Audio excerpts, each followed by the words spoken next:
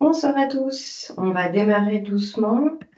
Déjà, en vous remerciant d'être avec nous ce soir pour la présentation de cette 5e édition du benchmark de la vigilance climatique des multinationales. Remercier donc aussi les intervenants qui sont avec nous aujourd'hui, dont deux co-auteurs du rapport, que sont Paul Moujol et Anne Stévignon. Mais l'occasion aussi du coup de remercier les autres co-auteurs, Brice Lamignan, Jean-Marc Zwiga et Juliette Robert, qui ont contribué à ce travail de longue haleine à la fois parce que c'est pas facile d'accéder aux données qu'on a analysées, mais aussi parce que c'est un gros travail de compilation, d'analyse qui se fait vraiment pendant plusieurs mois, mais qui, on l'espère, apporte un éclairage intéressant au combat que vous pouvez mener, au travail que vous pouvez faire sur ces enjeux de vigilance climatique des entreprises.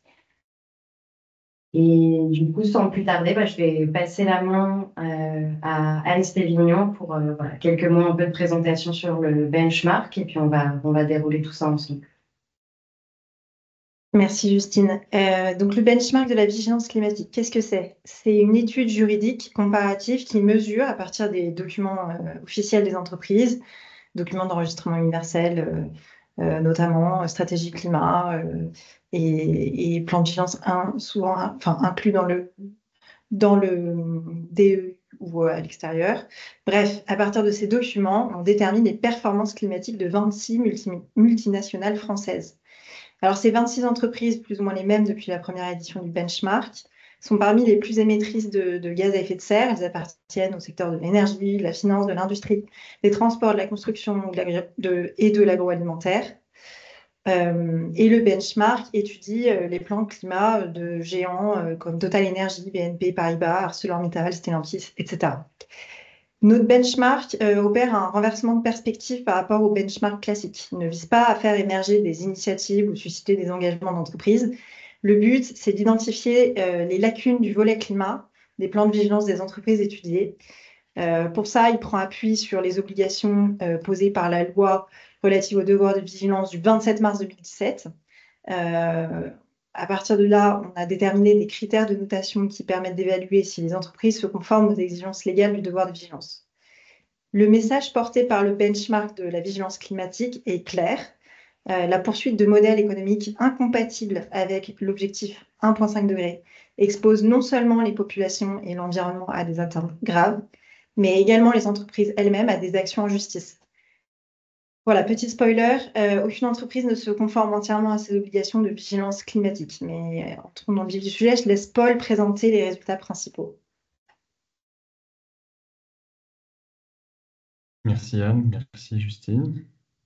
Alors, en ce qui concerne les résultats principaux, et avant de commencer à les présenter, je souhaiterais en particulier remercier Jean-Marc Sfiga qui nous a beaucoup aidé pour mener à bien ce projet de nouveau cette année.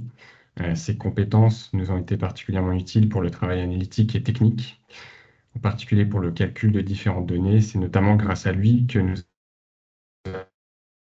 que de scope 1, 2 et 3 des 26 entreprises multinationales s'élève à 2 millions, 2 millions 500 000 tonnes de carbone, ce qui signifie qu'elles ont le pouvoir d'agir sur environ 4,5% des émissions mondiales.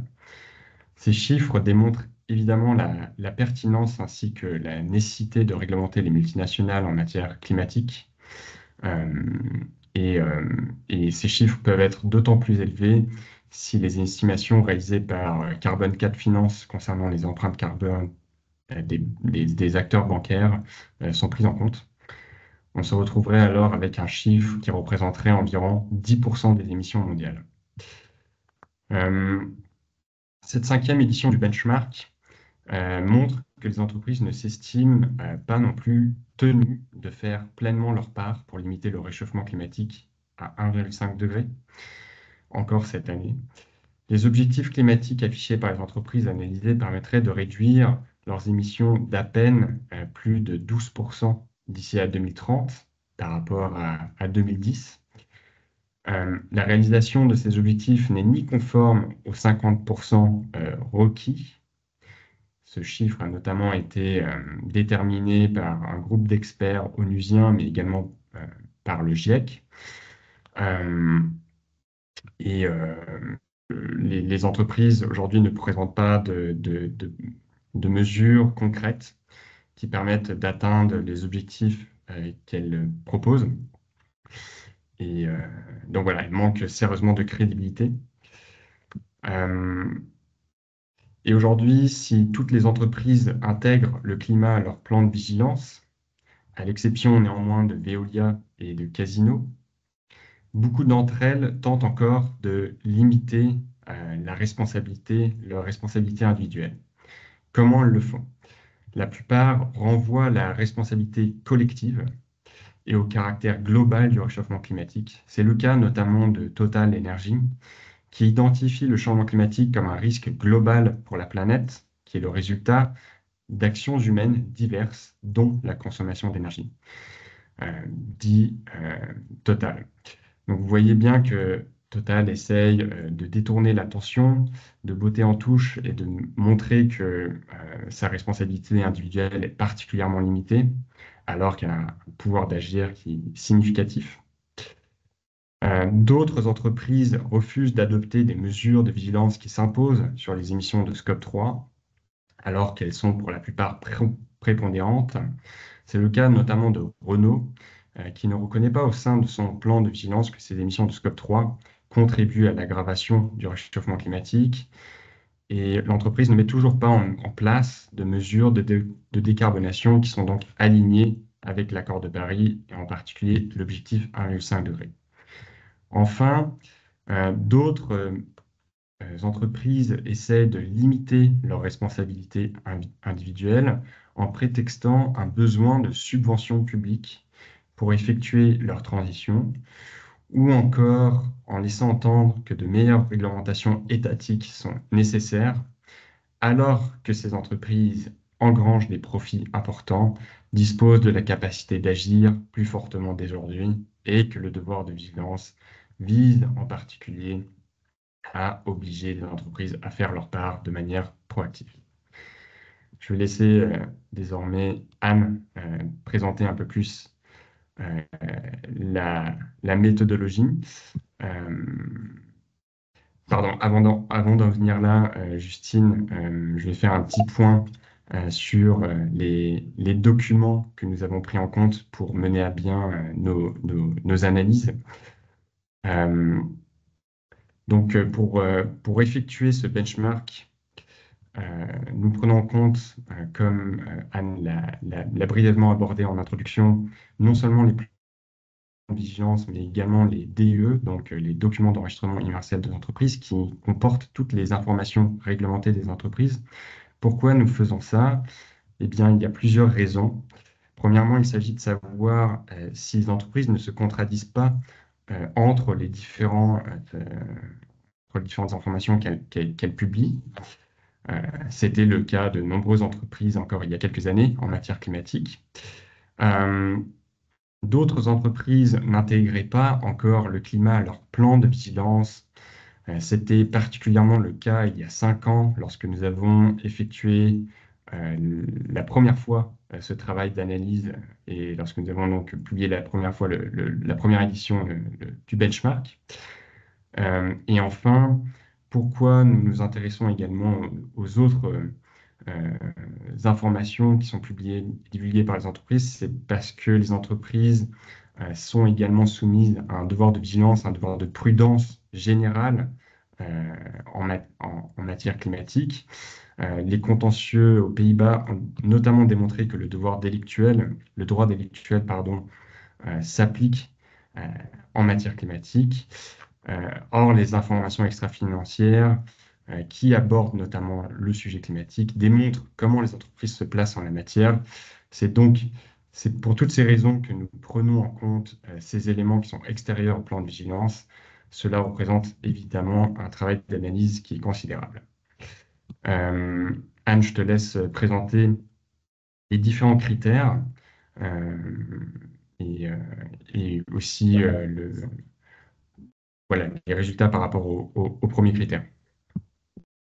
Merci Paul. Oui, alors le premier des critères, c'est celui du traçage des émissions des scopes 1, 2 et 3.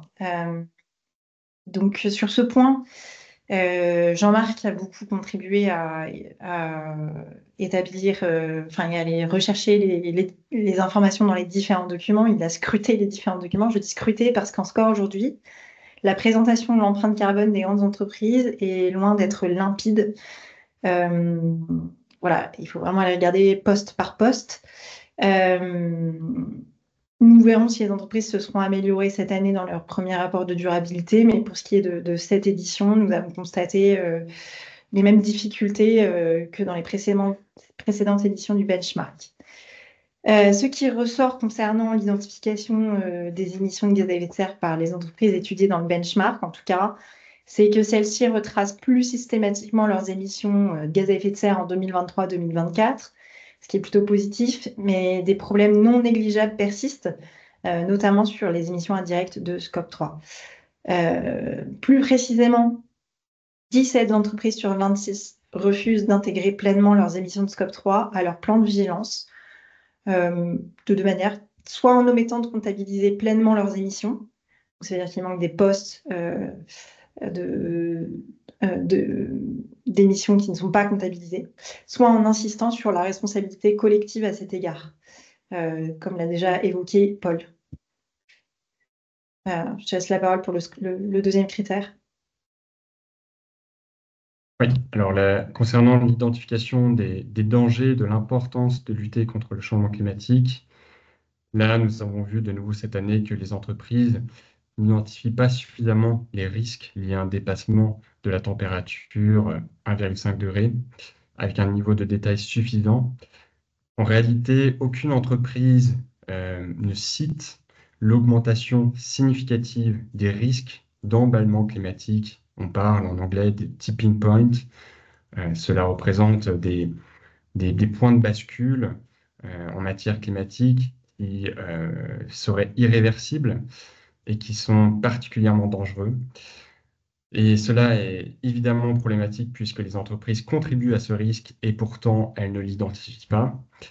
Elles se contentent au mieux de faire référence de façon vague ou ponctuelle au rapport du GIEC.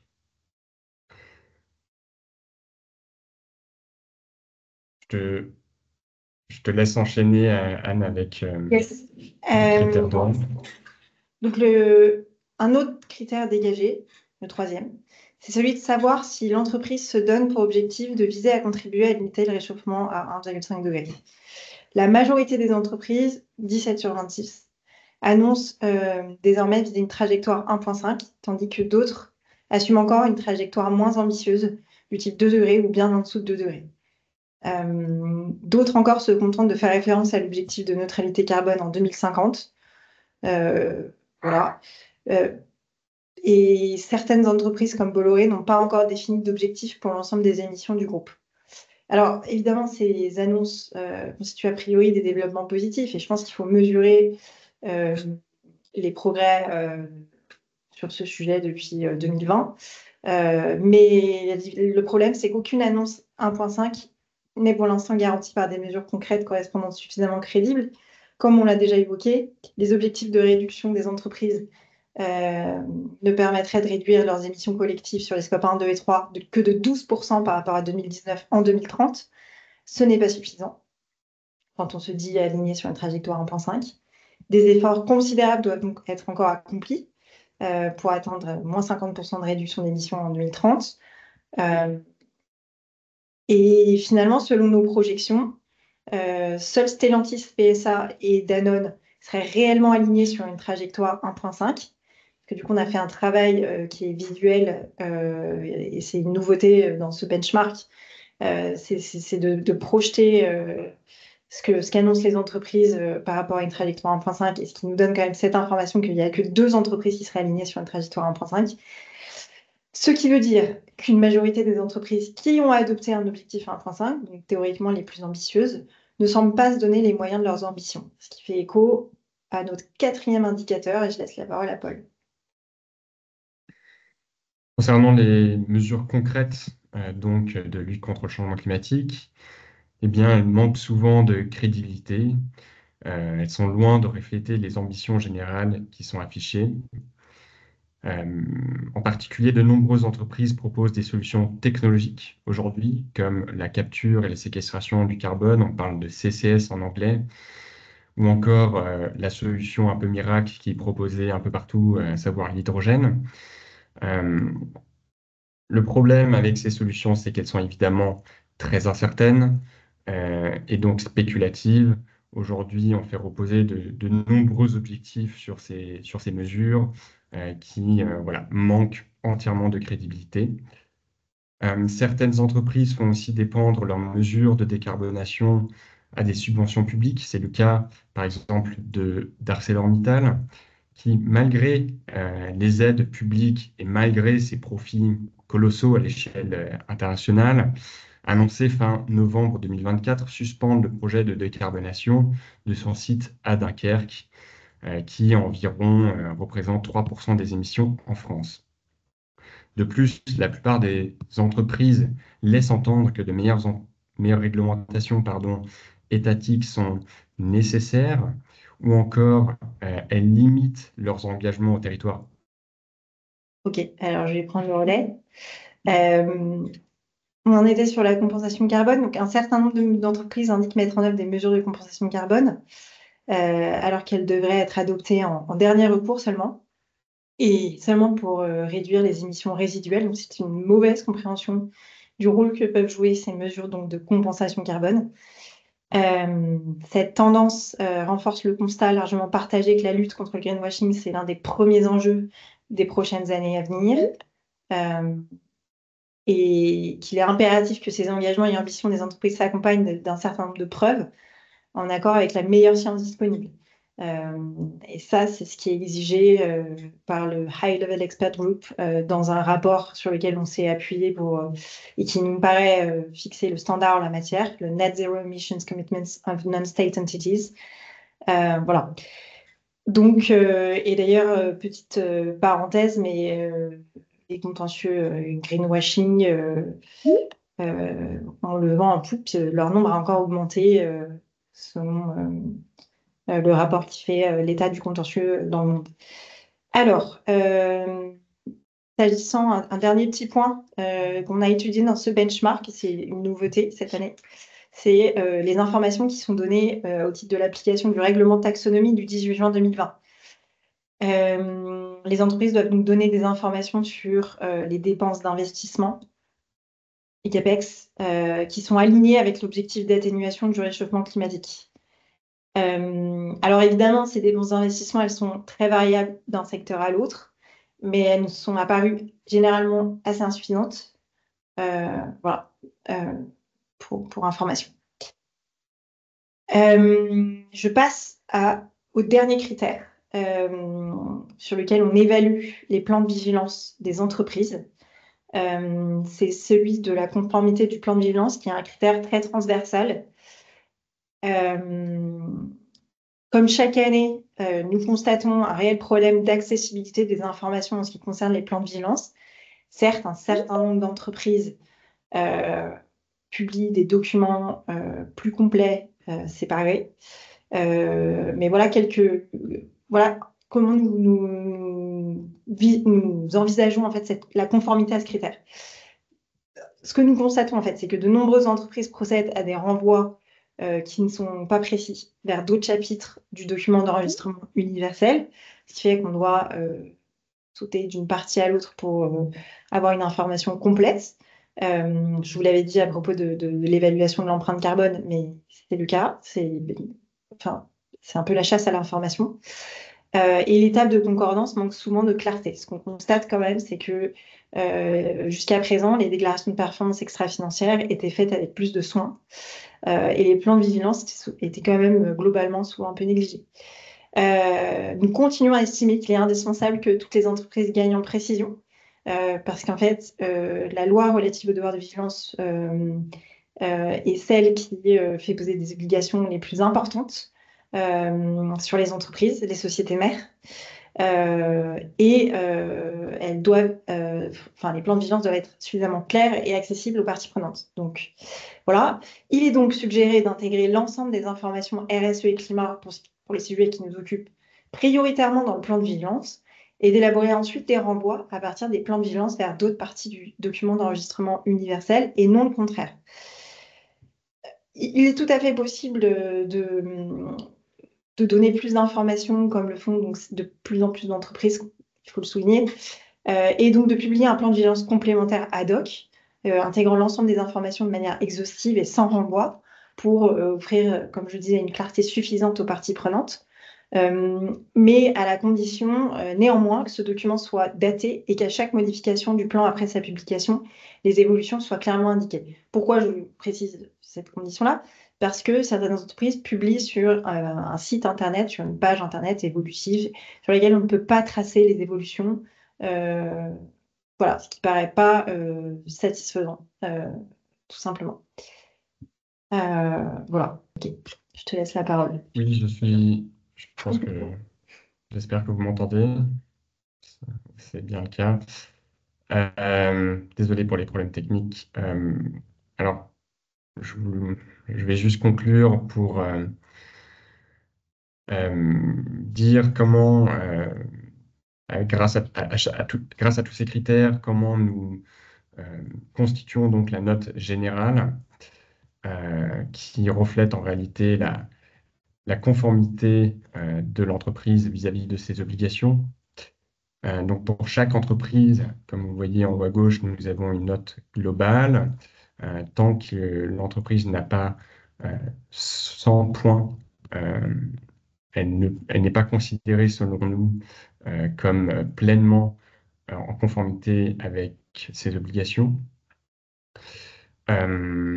Et il y a ensuite une note qui est attribuée par rapport à chaque critère et le radar qui est du coup divulgué dans la partie droite de ce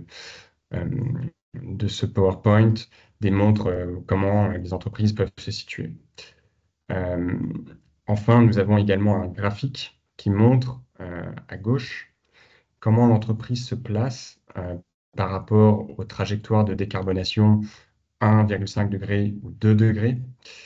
Et le constat que nous faisons donc, c'est qu'il y a très peu d'entreprises qui arrivent à s'aligner sur les exigences mondiales d'une décarbonation qui soit alignée avec 1,5. Voilà donc comment une fiche se compose dans le cadre de notre benchmark de cette année. On va désormais aborder les résultats par secteur. Et je vais laisser de nouveau Anne présenter les résultats principaux pour le secteur énergie. Oui, le premier secteur que nous étudions, c'est un secteur qui nous est cher, le secteur de l'énergie.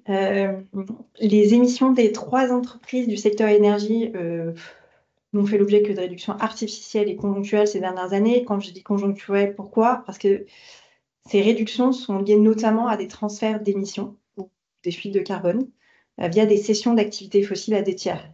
Ce qui pose la vraie question des cessions d'actifs et du manque de transparence d'ailleurs sur ces cessions d'actifs. Est-ce que, nous pensons qu'une information devrait être donnée sur les émissions, les réductions d'émissions qui sont permises par ces cessions d'actifs, qui ne sont pas des réductions d'émissions réelles en réalité. Voilà. Paul pour la finance. Le problème de la finance, comme ces dernières années, c'est que les acteurs de ce secteur manquent crucialement de transparence. Les plans de vigilance publiés ne permettent toujours pas de mesurer précisément les risques que ces acteurs-là font peser sur les tiers et l'environnement. Et de manière plus générale, évidemment, les mesures qui sont présentées apparaissent toujours insuffisantes et ne permettent pas de mener l'économie réelle vers un alignement avec 1,5 degré. Concernant l'industrie, je laisse de nouveau Anne la parole. Oui, bah, le secteur de l'industrie ne s'aligne pas non plus sur une trajectoire 1.5. Évidemment, c'est un secteur qui, pour certains acteurs, est difficile à décarboner. Schneider est l'exception, mais Schneider est a une activité qui est très compatible avec les enjeux de décarbonation. Donc, Schneider est la seule entreprise qui se conforme a priori à la trajectoire net zéro de l'AIE, en s'engageant à atteindre la neutralité carbone sur l'ensemble de sa chaîne de valeur d'ici 2040.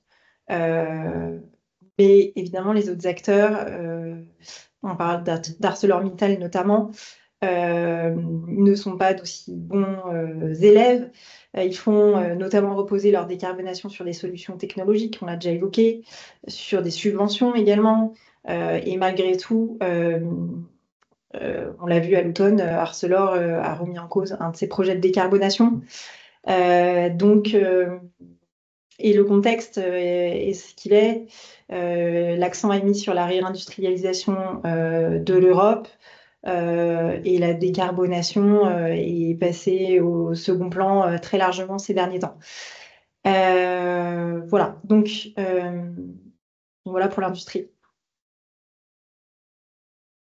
Concernant le secteur des transports, les entreprises de ce secteur-là n'ont pas véritablement réduit leurs émissions et font face à des défis significatifs en la matière. En particulier, les entreprises, les constructeurs automobiles. Donc là, bien que ces entreprises-là aient déjà accès au savoir-faire concernant l'électrification de leurs véhicules, les entreprises n'ont pas réussi à déclencher une dynamique à la hauteur des enjeux. Elles ne sont pas compétitives vis-à-vis de leurs concurrents américains et chinois. Et cela représente des problèmes donc, de compétitivité, évidemment, mais également de vigilance climatique, puisqu'aujourd'hui, aucune entreprise n'est en capacité de démontrer qu'elles sont capables de mener des plans de décarbonation qui soient compatibles avec les indications de l'Agence internationale de l'énergie. Euh, et concernant le secteur aérien, le problème, il est très transversal. Ce secteur, comme beaucoup d'autres entreprises, font face à des défis en termes d'accessibilité des technologies qui permettent de décarboner leur secteur. À court terme, les agrocarburants dits soutenables ne sont pas disponibles et ils sont trop chers. Ils ne sont donc à peine déployés aujourd'hui dans ce secteur-là. Et ils posent de plus des problèmes en termes d'utilisation des terres. Concernant la solution à moyen terme qui est proposée et à long terme, c'est la percée technologique de l'hydrogène. Aujourd'hui, personne ne sait si c'est une mesure qui peut prospérer à l'avenir. Donc, ces incertitudes sont extrêmement problématiques et posent voilà, des problèmes importants de faisabilité de la décarbonation de l'économie. Concernant la construction, les entreprises du secteur ont progressé, comme beaucoup d'autres, sur l'identification des risques, mais aussi sur la reconnaissance du besoin de limiter le réchauffement climatique conformément à l'accord de Paris. Mais à l'image de bien d'autres entreprises, d'autres secteurs, malheureusement, ces entreprises ne proposent pas des mesures concrètes qui soient suffisamment crédibles. Encore une fois, l'objectif de réduire de 50% les émissions de ce secteur semble bien éloigné de la réalité. Anne, je te laisse finir par le secteur agroalimentaire. Oui, merci. Donc, il est vrai que le secteur agroalimentaire est soumis à un certain nombre de risques, notamment pour les distributeurs. Mais ce qu'on constate quand même année après année, c'est que les entreprises du secteur agroalimentaire se distinguent par un certain manque de transparence. On l'avait noté en début de webinaire, mais Casino fait partie des deux entreprises qui n'incluent plus le climat dans leur plan de vigilance. Elles n'activent toujours pas, donc les entreprises du secteur agroalimentaire n'activent toujours pas les leviers pertinents pour parvenir à réduire les émissions au sein de leur chaîne de production, et y compris en matière de lutte contre la déforestation, qui est une thématique qui nous intéresse particulièrement en la matière. Donc voilà, on peut encore mieux faire. Donc je crois que c'est tout pour les. On a présenté donc l'ensemble des résultats principaux et les résultats par secteur, et Justine va faire un lien avec l'actualité récente liée à l'omnibus notamment. Ouais. Merci déjà pour toutes ces explications. On a essayé de trouver un équilibre entre le fait d'essayer de détailler un maximum quand même les résultats, la manière dont on s'est plongé dans tous ces documents d'entreprise, et en même temps de garder ça aussi, on va dire, un peu grand public, puisqu'on sait que parmi les gens qui nous écoutent, on va avoir des gens qui ont des niveaux de technicité super différents. Donc j'espère que l'exercice a été plutôt réussi. Et en tout cas, s'il y a des choses où vous avez envie d'aller un peu plus loin, ou des choses que vous n'avez pas compris, n'hésitez pas encore une fois à poser vos questions dans le chat. Et puis très rapidement, là, on va passer à la partie questions. Peut-être quelques éléments un peu de conclusion, puisque ce benchmark, on le publie aujourd'hui dans un contexte qui est quand même particulier en termes de réglementation des multinationales au niveau français, mais aussi européen. Et on va dire que tous les ans ou tous les 2 ans, quand on publie le benchmark, on fait toujours un constat un peu pessimiste sur l'évolution du droit, et est-ce que les décideurs politiques se donnent des moyens de réguler ces entreprises, de respecter l'accord de Paris. Là où cette année, on est peut-être dans un contexte où c'est encore plus alarmant, alors que ce que démontre vraiment le benchmark, c'est que l'autorégulation de ces acteurs, notamment en termes climatiques, c'est souvent qu'il y a une promesse qui est très mise en avant. Et en fait, on voit aujourd'hui que cette autorégulation, elle ne fonctionne pas du tout. C'est vraiment un échec, puisqu'on est encore très loin d'entreprises qui, à la fois, prévoient de faire leur part, mais même, en fait, reconnaissent avoir une obligation de vraiment faire leur part pour respecter l'accord de Paris. Et donc, ce benchmark, cette année encore plus peut-être que les autres années, démontre l'absolue nécessité d'imposer au plus vite des règles plus contraignantes, plus claires et plus fortes aux entreprises pour les contraindre justement à faire leur part et à intégrer ces enjeux climatiques dans leur stratégie. Et ce qu'on voit, c'est que en ce début 2025, c'est vraiment pas le cap qui est pris par notamment la Commission européenne, qui vient de commencer dans un nouveau mandat pour von der Leyen. Et alors qu'on voit que sans un changement de cap fort et immédiat des entreprises, elles vont continuer à aggraver la crise climatique, ce qui est fait aujourd'hui, c'est plutôt un détricotage des avancées qu'il y a pu avoir dans la précédente mandature européenne, où il y avait des lois ambitieuses justement pour guider, accompagner les acteurs dans le respect de leurs obligations climatiques, avec des textes comme la CSRD sur le reporting ou la CS3D, qui est un peu l'équivalent de la loi sur le devoir de vigilance au niveau européen. Et avec donc du coup son nouveau mandat, la Commission européenne a vraiment proposé un virage à 180 degrés avec un projet de loi qui est dit, qu'on appelle l'omnibus, et qui vient vraiment en grande majorité saper ces réglementations qui venaient d'être votées et qui commençaient à être transposées dans les pays. On pourrait penser que c'est quelque chose que la Commission européenne initie aujourd'hui en réponse au contexte géopolitique que tout le monde connaît bien ici et qui est de toute façon assez inévitable aujourd'hui dans l'actualité. Nous, ce qu'on a vu, c'est que déjà, en fait, dès la précédente mandature et les derniers mois de négociation et de vote de ces textes, que finalement, les lobbies étaient déjà, donnaient quand même déjà des signes d'une envie de détricoter ces textes, de les amoindrir, un peu comme s'ils s'étaient réveillés, on va dire, un peu tard dans le processus de négociation européen, et qu'ils comptaient aussi sur cette nouvelle mandature pour détricoter les textes qui avaient été votés. Et donc finalement, le contexte géopolitique aujourd'hui est un peu une forme d'excuse pour faire des choses qui avaient été, on va dire, planifiées et mis en avant par tout un tas de lobbies déjà depuis, on va dire, au moins un an. Voilà.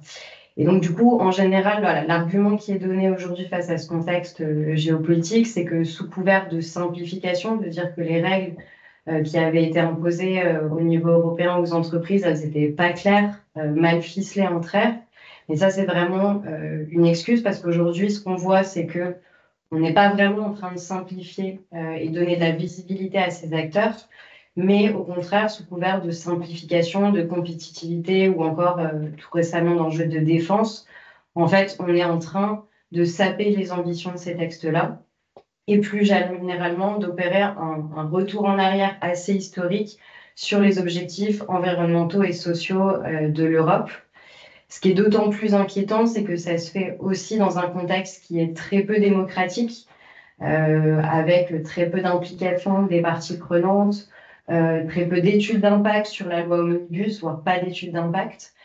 Alors que, à l'inverse, en fait, on voit que y a une pression folle des lobbies pour faire passer leur narratif sur ce besoin de simplification, de détricotage, donc des lobbies qui peuvent être à la fois européens, mais aussi américains. Et voilà. Et donc, en fait, tout ça, ça se passe de manière à la fois accélérée, donc avec très peu de processus démocratiques de négociation, mais surtout, ça se fait finalement plus basé sur des narratifs que sur des faits, des études d'impact et, on va dire, des preuves que ce détricotage aura l'effet escompté. Donc, c'est pour ça que peut-être en conclusion, avant de passer aux questions, c'est que en France, on a la loi, on verra ce que deviendront ces législations européennes. Mais en tout cas, ce qui est important de se dire, c'est que rien n'est jamais acquis. Et surtout, il est important de se mobiliser dès aujourd'hui. Et c'est ce qu'on fait dans les semaines passées et ce que vont continuer à faire tout un tas d'organisations, d'académiques, mais aussi d'entreprises pour maintenir vraiment les ambitions initiales de ces réglementations qui visent pas à embêter les entreprises, mais voilà, à s'assurer que leur chaîne de valeur, leurs activités et leurs profits ne reposent pas sur des violations des droits humains, sur l'aggravation de la crise climatique et de permettre aussi de donner accès à la justice aux victimes des activités de ces entreprises partout dans le monde. Et on va pouvoir passer aux questions s'il y en a. Alors, on a une question d'Anna. Que fait notre affaire à tous pour que ces résultats soient entendus par les pouvoirs publics? Il y a plusieurs leviers. La précédente édition du benchmark, on l'avait par exemple, on était allé la présenter au sein de l'Assemblée nationale. Donc, c'était une manière, et on l'avait présentée à l'Assemblée nationale avec des parlementaires. Donc, c'était une manière aussi de faire ce travail aussi de formation, sensibilisation des acteurs qui peuvent aussi renforcer la mise en œuvre de la loi française. Aujourd'hui, on va utiliser là les résultats du benchmark aussi pour essayer justement, comme je vous le disais, de prouver la pertinence de ces réglementations européennes et qu'en fait, il n'y aura pas par effet magique une forme d'autorégulation des acteurs dans le fait notamment de respecter l'accord de Paris, mais qu'il faut bien finalement les y contraindre et que non seulement voilà, c'est nécessaire, mais qu'en plus c'est également souhaitable, puisque à l'inverse, en fait, le fait d'avoir un modèle qui soit durable, nous on en est persuadés, mais il y a aussi des études qui le montrent. Au contraire, ça a des effets bénéfiques sur la valorisation d'une entreprise. Ça va réduire les risques pour cette entreprise. Et donc c'est dans ce cadre-là qu'on va aussi utiliser ce type de rapport très technique. Il y a une question de Zélia que je vais passer à Paul ou Anne. Donc, on a mentionné tout à l'heure les 3% d'émissions en France pour ArcelorMittal à Dunkerque. Et donc, la question, c'est est-ce que ce sont 3% dans l'ensemble des émissions d'ArcelorMittal ou dans le total de la France? C'est 3% dans le total des émissions françaises, des émissions françaises. Et pour information, en fait, il y a une étude du réseau Action Climat qui étudie les 50 sites les plus émetteurs en France. La deuxième édition est parue l'été dernier. Et le site d'ArcelorMittal à Dunkerque est un très gros site émetteur. Donc, c'est quasiment 50% des émissions attachées aux donc 50 sites les plus émetteurs. Donc voilà, c'est un gros acteur avec des émissions de scope 1 très importantes. Voilà pour ArcelorMittal. Je vais juste rapidement compléter sur ArcelorMittal. Euh, alors effectivement, le site français à Dunkerque, c'est 3% des émissions françaises, mais ArcelorMittal, son empreinte carbone en tant que multinationale s'élève à presque 0,4-0,5% des émissions mondiales. Donc c'est, si je me souviens bien, 150 millions, 150 mégatonnes pardon, de CO2 chaque année. Euh, et au-delà de l'utilisation de ce rapport en tant qu'outil de plaidoyer vis-à-vis des acteurs publics, des États, donc de la France, de l'Union européenne, pour démontrer qu'il y a un besoin de réglementer les multinationales, notamment à travers la CSRD, la CS3D, le maintien de toutes ces obligations dans le cadre de l'Omnibus, dont Justine vous a parlé. Nous sollicitons également les entreprises, nous leur envoyons ce rapport, les interpellons euh, pour leur démontrer que leurs plans de vigilance, leurs mesures ne sont toujours pas conformes, selon nous, aux obligations. Aujourd'hui, nous avons 3 contentieux, enfin plusieurs contentieux, même 5, contre 3 entreprises qui sont visées dans ce benchmark. Évidemment, tout ce travail d'analyse a vocation à être utilisé dans le cadre de ces procédures et nous réservons le droit d'entrevoir, d'envisager de nouveaux cas à l'avenir. Voilà. Justine voulait dire un mot. Tu es figée. Oui, j'ai perdu mon ordi, il a décidé de me lâcher. Peut-être pour compléter sur la question des recours basés sur ce rapport, comme disait Paul, en fait, à partir du moment où une entreprise n'a pas une note de 100%, c'est qu'elle est en risque, notamment de non-conformité, et donc en risque d'être attaquée en justice, que ça soit par nous, mais c'est aussi le but de rendre public aussi ces analyses, c'est qu'en fait, toutes les organisations, les personnes victimes des impacts de ces entreprises peuvent aussi utiliser ce rapport comme un guide. Et donc, en fait, ce risque contentieux, il va devenir de plus en plus important et il peut venir vraiment d'acteurs qui peuvent se saisir du rapport et de ses résultats en général. Il y avait une question aussi de Baptiste qui demande, vous avez parlé de mise en avant de solutions techniques de la part des entreprises pour espérer faire diminuer leurs émissions. Est-ce que ça concerne uniquement leurs activités directes ou est-ce qu'ils avancent aussi pour des mesures pour les scopes 2 et 3? Je ne sais pas si Paul ou Anne, vous avez envie de répondre. Je peux répondre. Donc effectivement, c'est des solutions techniques spéculatives et incertaines qui sont proposées aujourd'hui par les entreprises analysées, que ce soit en France, mais aussi à l'étranger. Ça concerne les émissions directes des entreprises, mais aussi les émissions indirectes. Donc, par exemple, les compagnies aériennes, là où leur poste d'émission le plus important, c'est leurs émissions directes. Donc, tout ce qui sera agrocarburant, hydrogène, ce sera leurs émissions directes, tandis que pour les entreprises du secteur énergie ou de la finance, encore de l'agro-industrie, là, le problème le plus important de leur empreinte carbone, c'est le scope 3. Euh, et c'est là où les solutions proposées, euh, voilà, c'est sur ce poste d'émission. Peut-être que je peux enchaîner aussi rapidement, Justine, sur la question de comment nous interpellons chaque entreprise, si nous les rencontrons, si nous avons des discussions avec elles. Donc, pour répondre brièvement à cette question, Chaque année, nous les contactons lorsque nous préparons ce benchmark, donc après sa publication.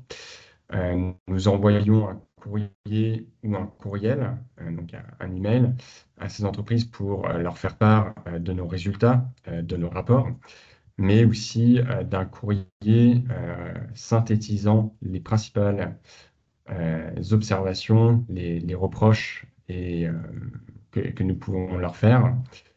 Euh, donc ça, c'est envoyé directement à l'entreprise. Il y a également d'autres acteurs qui relaient nos résultats, nos rapports et nos courriers, notamment le Business and Human Rights Resource Center, qui va également contacter de son côté les entreprises. Puis, nous rencontrons aussi ces entreprises dans le cadre de réunions un peu collectives avec des associations qui regroupent ces entreprises, notamment entreprises et droits de l'homme, avec laquelle nous avons des discussions régulières à l'oral avec ces entreprises.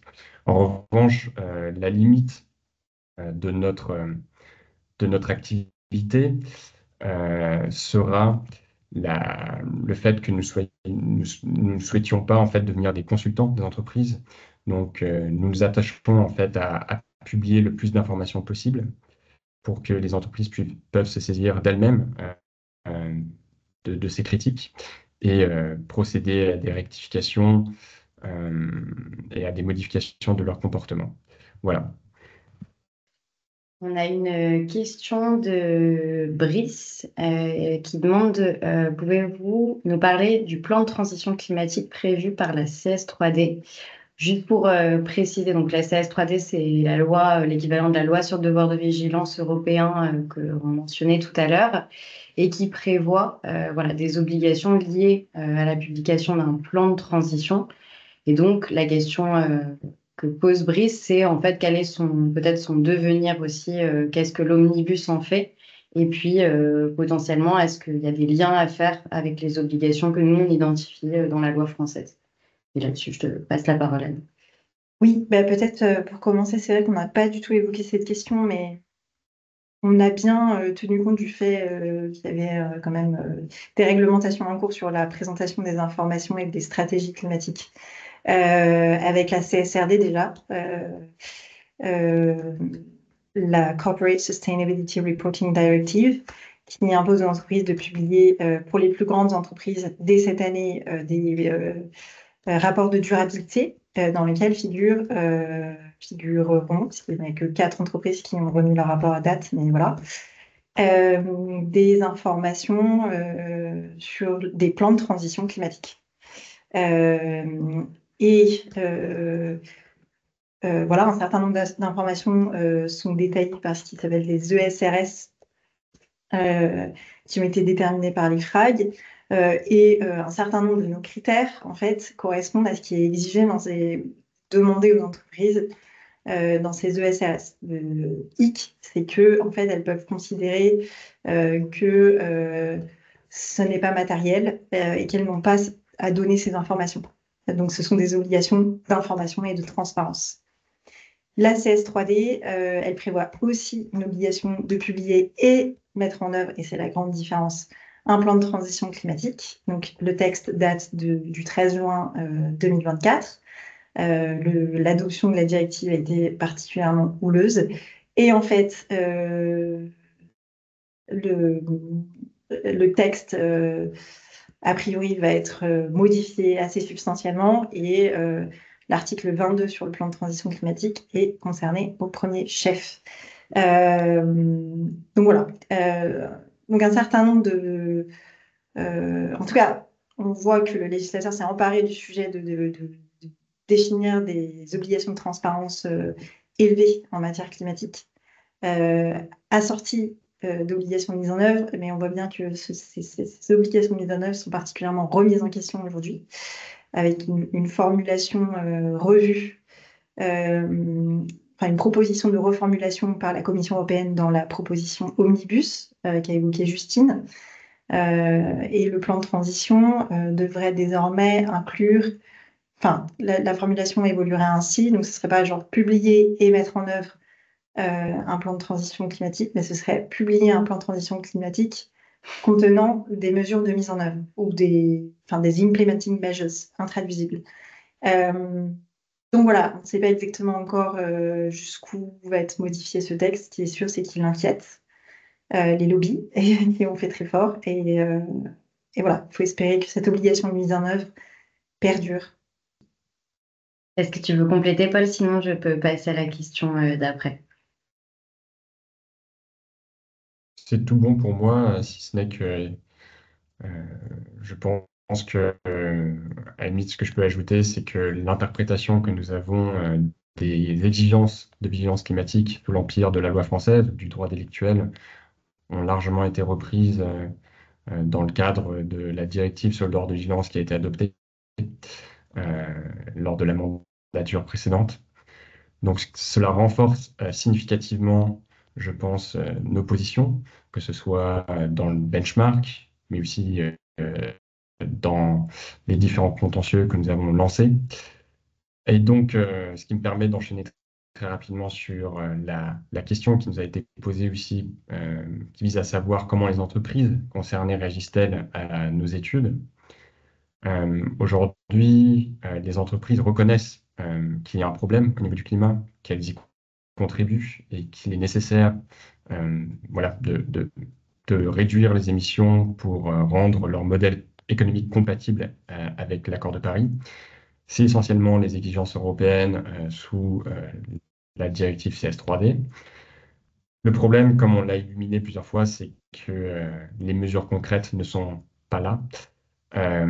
Et donc les entreprises reconnaissent le bien fondé, grosso modo, de nos études, mais elles rejettent aussi, in fine, notre interprétation qu'elles considèrent maximaliste. Et voici à peu près la dynamique de la discussion qui est aujourd'hui à ce stade. Voilà pour moi. Je vois qu'il y a une dernière question aussi sur l'accord qui a été conclu dans l'affaire contre Danone. Je ne sais pas si l'un d'entre vous, enfin l'une d'entre vous souhaite y répondre. Me concernant, je ne suis pas sûr que je maîtrise suffisamment bien les tenants et les aboutissants de cette affaire pour me prononcer là-dessus. Ouais, on va répondre déjà peut-être pour un peu de contexte, parce que c'est une question assez spécifique. Du coup, c'est un accord qui a été conclu entre Danone et des organisations de protection de l'environnement qui l'attaquaient pour sa participation à la pollution plastique. En fait, souvent dans les contentieux, les juges proposent assez régulièrement, quand une action en justice est lancée, aux deux parties de pouvoir avoir recours à, on va dire, un dialogue un peu en dehors ou pas complètement du cadre judiciaire, et donc de se parler. C'est ce qu'on appelle les propositions de médiation.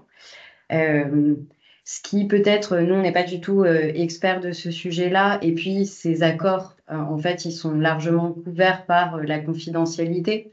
Donc, en fait, même dans les communications publiques des organisations ou de Danone, on n'a pas forcément accès à tout ce qui a été négocié. Ce qui est sûr, c'est qu'il y aura un suivi de cet accord par les organisations pendant, je crois, 1 ou 2 ans. Donc, en fait, elles resteront vigilantes sur ce qui a été négocié, mais ce n'est pas forcément accessible aux acteurs extérieurs. Peut-être le commentaire qu'on peut faire, c'est que ce qui est en lien aussi avec ce que disait Paul sur la manière dont les entreprises réagissent, c'est que il est quand même clairement un peu triste de se dire que ces organisations, elles ont sans doute interpellé, publié des rapports, essayé de négocier avec Danone sur ces enjeux hyper importants de pollution plastique pendant probablement des années, et qu'il aura fallu en fait cette contrainte d'une action en justice pour obliger Danone à se retrouver à la table des négociations et à faire preuve d'une meilleure volonté sur ces enjeux-là. Et donc c'est aussi ce qui nous pousse, nous, à apporter des actions en justice, souvent avec des acteurs justement qui sont experts du domaine attaqué et qui, elles, ont aussi fait ce travail pendant des années d'interpeller, d'essayer de négocier avec les entreprises et qui se retrouvent finalement à avoir recours à l'action en justice pour finalement un peu rééquilibrer le rapport de force aussi dans les discussions, voire de trancher ces discussions sous l'office d'un juge. Et donc, c'est ce qu'on fait aussi dans nos contentieux divers et variés qu'on peut porter. Et je vois que le temps file et qu'il n'y a pas forcément plus de questions.